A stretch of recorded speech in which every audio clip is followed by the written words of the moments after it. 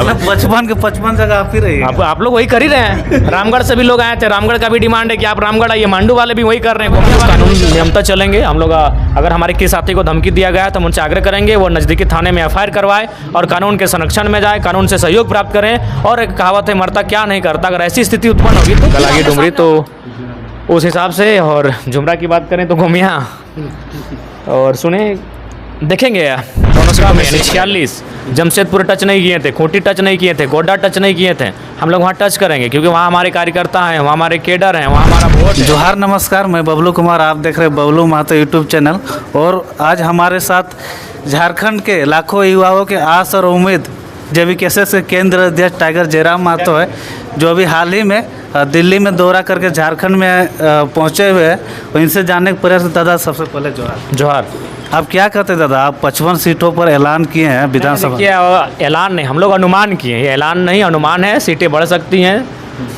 तो हम लोग ये अनुमान किए कि हम लोग 8 लोकसभा लड़ें, तो 8 से 48 होता है। चतरा में और हजारीबाग में एक सीट कम है, यानी 46। जमशेदपुर टच नहीं किए थे, खूंटी टच नहीं किए थे, गोड्डा टच नहीं किए थे। हम लोग वहाँ टच करेंगे क्योंकि वहाँ हमारे कार्यकर्ता हैं, वहाँ हमारे केडर हैं, वहाँ हमारा वोट है। तो उस लिहाज से सीटें बढ़ेंगी, लेकिन फिर भी अनुमान रखें 50+ सीटों पर हम लोग चुनाव लड़ने जा रहे हैं। कितना चांसेस है कि आपका, देखिए आप लोकसभा चुनाव लड़े, उसमें 3.5 लाख वोट लाए। ये 3.5 लाख एक निर्दलीय उम्मीदवार के तौर पर इतना वोट लाना बहुत बड़ी चीज़। इतिहास में फर्स्ट टाइम में कभी नहीं हुआ है और ये हम लोग के लिए गौरव करने का विषय है। हमारे जितने भी कार्यकर्ता, उनको गर्व करना चाहिए अपने प्रदर्शन पर। उन्होंने बहुत अच्छा काम किया है। विधानसभा में क्या स्टैंड रहेगा? अभी जैसे गोमिया में आप लीडिंग किए, डुमरी में लीडिंग किए, इन दोनों सीटों पर। और बाकी टुंडी में हम लोग अच्छा वोट किए हैं, 60 किए हैं। बागमारा में भी लगभग 50 के आसपास किए हैं। बैरमा में भी अच्छा किए हैं। बस गिरिडीह थोड़ा सा वीक रहा है, वहाँ मेहनत करेंगे। तो क्या डुमरी से कौन उम्मीदवार होगा आपके? देखिए, अभी बहुत सारे संभावित उम्मीदवार हैं और उनके नामों का मंथन चल रहा है। अंतिम रायशुमारी हमारी एक संसदीय बोर्ड तय होगी और उस संसदीय बोर्ड के माध्यम से प्रत्याशी का नाम पर अंतिम मुहर लगाएगा। तब हमेशा स्पीच में बोल देते हैं पारसनाथ का टाइगर, फिर कभी झुमरा का टाइगर। तो पारसनाथ का आप टाइगर है। हाँ, तो लेकिन क्या झुमरा में जाएंगे पारसनाथ का टाइगर? पारसनाथ यानी डुमरी, चूंकि भले पारसनाथ का क्षेत्र जो मैक्सिमम गांव आते हैं वो गिरिडीह साइड आते हैं, लेकिन मैक्सिमम पारसनाथ को लोग डुमरी साइड से ही देखते हैं, गलागी डुमरी। तो उस हिसाब से। और झुमरा की बात करें तो गोमिया, और सुने देखेंगे दोनों सीटों में से एक रहेगा। तो गोमिया के जो सिटिंग विधायक है लंबोदर महतो, आपको सीधे चुनौती दे रहे, स्वीकार कर रहे हैं? देखिए, हमने स्पष्ट कहा कि जो इंटरव्यू मेरा आप ले रहे हैं, आप विधायक जी का लीजिए और उनको और एक आध बार बोलने बोलिए उसी टर्न में। माई का लाल, तो दम है, तो औकात है, तो हैसियत है, तो गोमिया लड़ेंगे। तो इस बार आप जा रहे हैं ना गोमिया? देखिए, अगर चुनौती देगा तो पीछे क्यों हटेंगे? अभी उस एक देखिए, हम एक युवा है, मान सकते हैं हम कुछ अपने भाषणों में, अपने शब्दावली में कुछ त्रुटियां कर सकते हैं। एक ब्यूरोक्रेट्स को संभालने वाला व्यक्ति, एक डॉक्टरेट व्यक्ति और एक मंझा हुआ शिक्षाविद व्यक्ति अगर इस प्रकार के शब्दों का इस्तेमाल करता है तो हमें लगता है कि उनकी चुनौती को स्वीकार करना चाहिए। देखिए, गोमिया से अभी देखिए मनोहर सर है, जो भाषा से लगातार आंदोलन किए, इनको भी टिकट कहीं से मिलना चाहिए।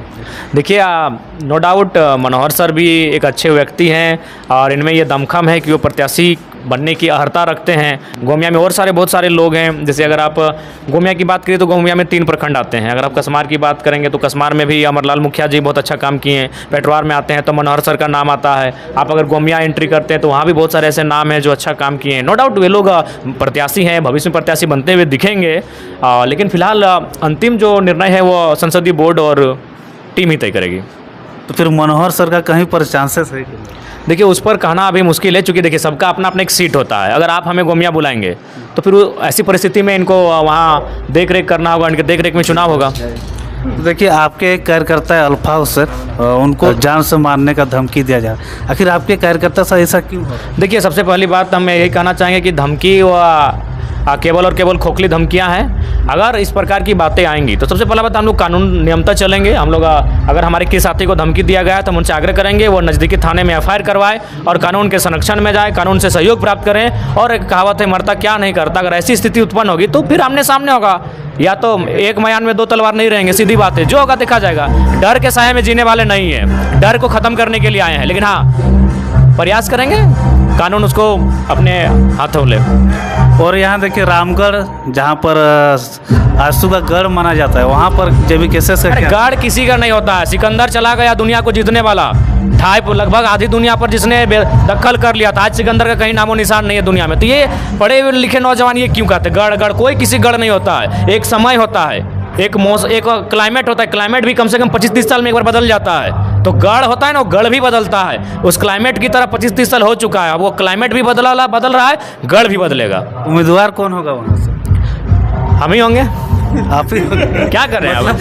55 जगह आप ही रही। आप लोग वही कर ही रहे हैं। रामगढ़ से भी लोग आए थे, रामगढ़ का भी डिमांड है कि आप रामगढ़ आइए। मांडू वाले भी वही कर रहे हैं, गोमिया वाले भी वही कर रहे हैं। ये ऐसा हमको लगता है झारखंड के इतिहास में शायद ऐसा प्यार शायद किसी को मिला हो।